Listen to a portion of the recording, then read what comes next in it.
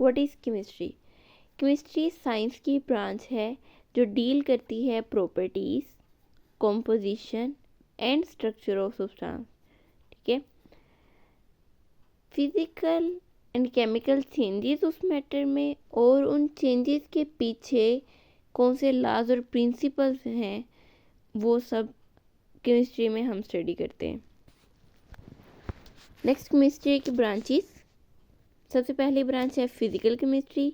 ये ब्रांच ये डील करती है कि कैसे जो सब्सटेंसेस हैं ना वो एटॉमिक और मॉलिक्यूलर लेवल पे बिहेव करते हैं। ठीक है, फिजिकल केमिस्ट्री जो है वो ये देखती है कि कैसे जो रेट ऑफ रिएक्शन है, मतलब ये केमिकल रिएक्शन है, उसका जो रेट है वो मतलब कब स्लो हो रहा है, कब फास्ट हो रहा है, उसको कौन सी कंडीशंस हैं वो फास्ट करी हैं, कौन सी कंडीशंस उसे स्लो करी हैं, ये सब डील करती है। और फिर एक रिएक्शन है, हम रिएक्शन करवाते हैं अगर इंडस्ट्रियल लेवल पे, तो हमें क्या चाहिए होता है कि इम्प्योरिटीज़ कम और उस की जो प्रोडक्ट है वो ज़्यादा बने और रिएक्शन फास्ट हो। कम टाइम में हमें ज़्यादा प्रोडक्ट चाहिए होती है, तो हम फिर उन कंडीशंस को देख के, उन कंडीशंस को रख के सामने रिएक्शन करवाएंगे जो उसके लिए सूटेबल है। नेक्स्ट है इनऑर्गेनिक केमिस्ट्री।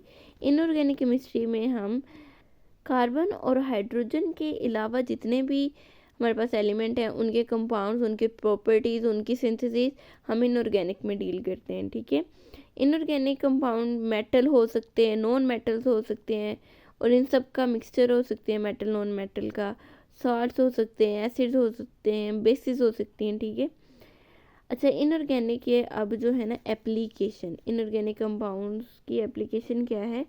फ्यूल्स में।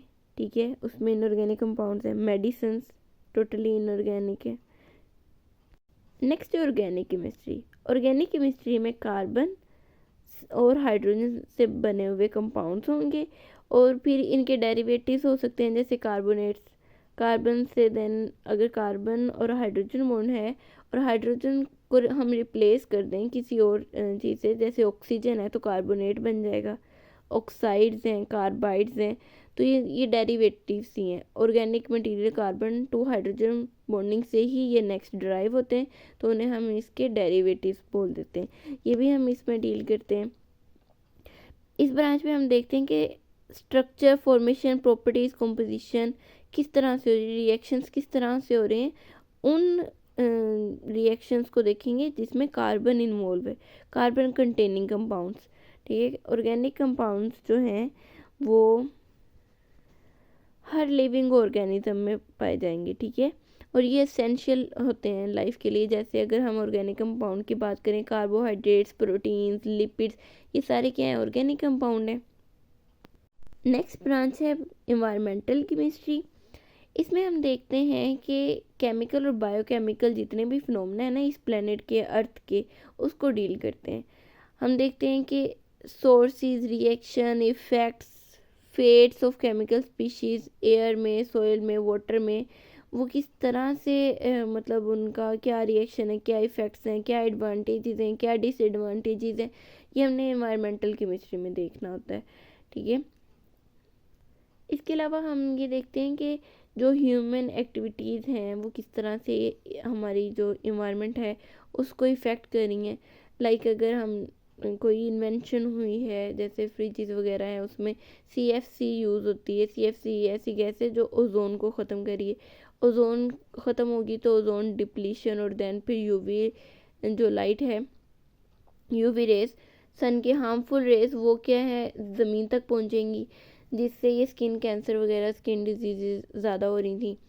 तो ये सारी स्टडी हम इन्वायरमेंटल केमिस्ट्री में करते हैं। इसमें हम ये देखते हैं कि ये अगर कोई चेंज आए इन्वायरमेंट में तो वो क्या है, उसका इफ़ेक्ट क्या है, देन अगर चेंज पॉजिटिव चेंज है या नेगेटिव चेंज है, और हम फिर देखते हैं कि अगर तो नेगेटिव चेंज है तो उसका सलूशन क्या है।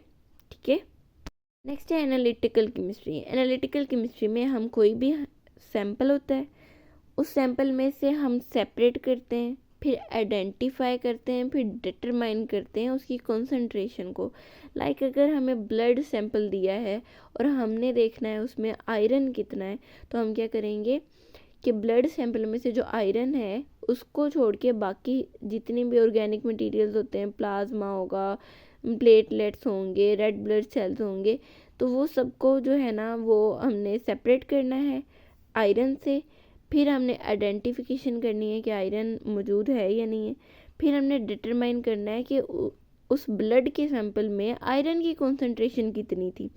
ठीक है, एनालिटिकल केमिस्ट्री इस तरह से डील करती है, हमें क्वालिटी और क्वांटिटी दोनों के बारे में बताएगी, लेकिन टेस्ट और इस तरह से सेपरेशन, आइडेंटिफिकेशन और डिटर्मिनेशन के थ्रू। एनालिटिकल केमिस्ट्री में ना बहुत ज़्यादा इंस्ट्रूमेंट्स अब यूज़ होते हैं, जैसे फ्लेम फोटोमेट्री हो गया, अब ये बहुत एडवांस है। ठीक है, इस तरह के इंस्ट्रूमेंट्स हैं जो हमें बताते हैं कॉन्सेंट्रेशंस के बारे में, पीपीएम में कॉन्सेंट्रेशंस होती हैं, इस तरह से ये डील करते हैं। नेक्स्ट है बायोकेमिस्ट्री, ये भी केमिस्ट्री की ब्रांच ही है। बायो है, बायो मीन्स लाइफ होती है, लेकिन इसमें हम ये देखते हैं कि जो लिविंग ऑर्गेनिजम्स हैं उनमें जो केमिकल रिएक्शंस होते हैं वो किस तरह से होते हैं। ठीक है, लिविंग ऑर्गेनिजम्स में केमिकल सब्सटेंसेस हैं, उन्हें स्टडी करते हैं। जैसे प्लांट हैं वो लिविंग ऑर्गेनिजम्स हैं, और उनमें जो फूड मेकिंग प्रोसेस होता है फोटोसिंथेसिस, वो एक केमिकल रिएक्शन है।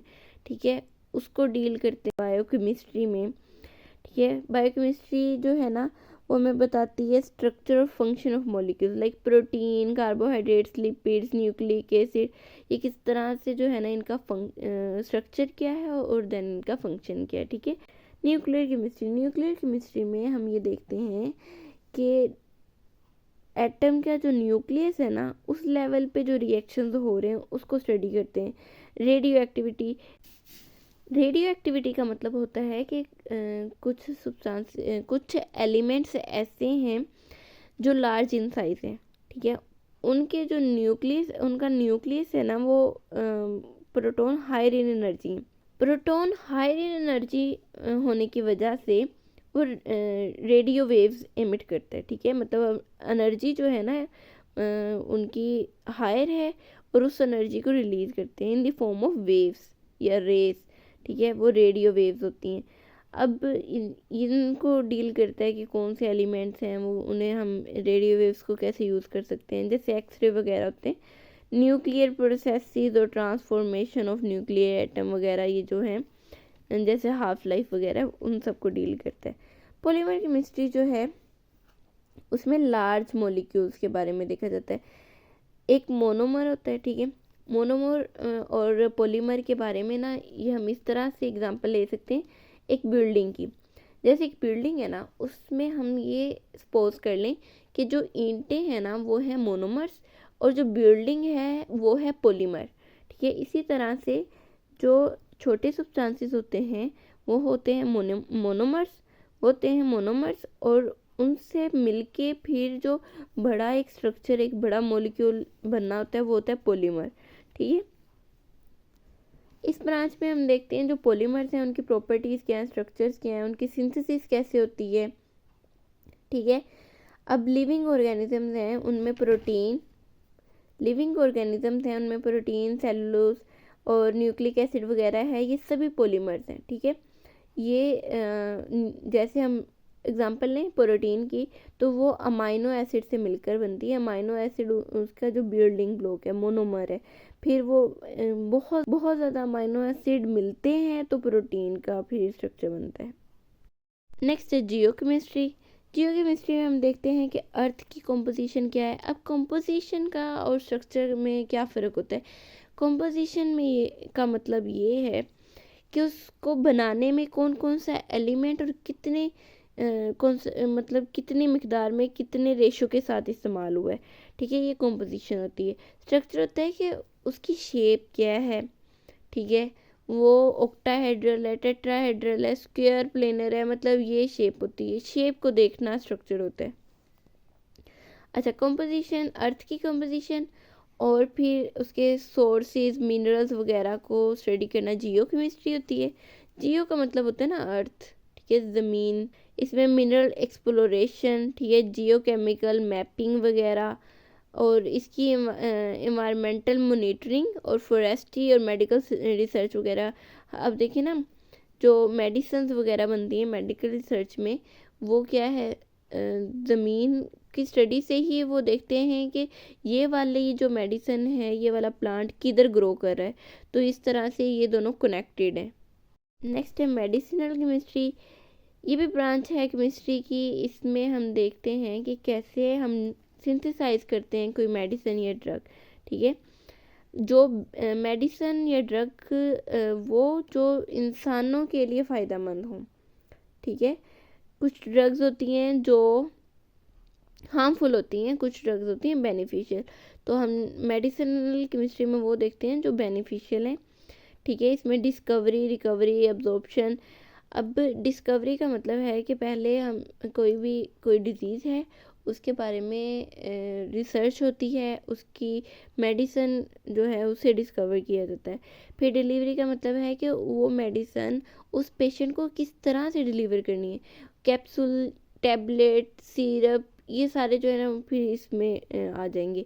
अब्जॉर्प्शन, अब वो डिलीवर होगी है, अब वो ब्लड में किस तरह से अब्जॉर्ब होगी, फिर बॉडी कैसे उसे टेक करेगी, सेल्स तक कैसे पहुंचेगी, ये सारी जो है अब्जॉर्प्शन में आ जाएगी। फिर मेटाबॉलिज्म ऑफ ड्रग, अब वो ह्यूमन बॉडी में सेल तक पहुंच के अब नेक्स्ट उसका क्या प्रोसेस होगा, ये सारा जो है मेडिसिनल केमिस्ट्री में होता है कि कौन से वेज हैं जो इसकी अब्जॉर्प्शन को फास्ट करेंगे।